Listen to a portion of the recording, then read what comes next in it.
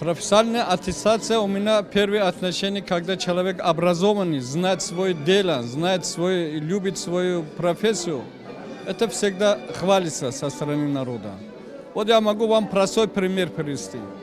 Сейчас я нахожусь на территории Дагестана, там принимаю больных, и один человек домой пригласил. Он инженер-строитель, у него у жены был грыжа позвоночного диска. Он сам построил массажный кровать.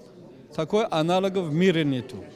Я лично вот ходил, там гирями поставлено вверх, вниз. Вот видите, профессионал. Хотя не медик. Например, человек учится 7 лет в мединститут, он много вещей забивает. Если он над собой не работает, не читает, он какой может быть хороший специалист. Например, наш предок, великий Авиценна Абу Али Нусину, он нигде не учился. Благодаря самознанию, самообучению, своей фантазии, все, он стал всемирно известным врач-целитель.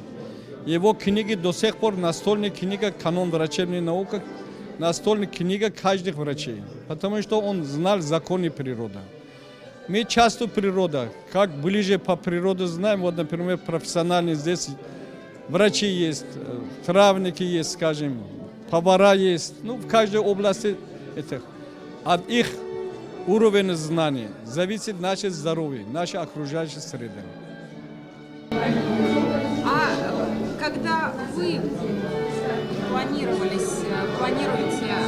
становиться тоже, получать профессиональную степень, то как вы считаете, как это повлияет на вашу карьеру, на ваше будущее профессиональное? Конечно, когда люди знают, что вот я ученый, защитил диссертацию в первом мединституте в Москве, ну, дальше автор 37 книг. Когда люди читают мои книги, анализируют, и они ко мне сами приходят, обращаются, как им помочь. Поэтому у меня сейчас, как врача, профессионала, отношения не надо лечить людей, надо учить быть здоровым. И великий Авиценна в свое время сказал, что люди умирают не от болезни, а от незнания. Учение – это передача знаний. Мы должны передавать свой опыт, знания. Не сказать, у меня секреты. Я всегда говорю, все секреты находятся в кладбище. Человек в этом мире пришел, что-то знать, кому-то должен сделать добро, свой опыт передавать. Но улучшить качество жизни, окружающую среду, экологию. Вот это наша жизнь, то, что мы существуем.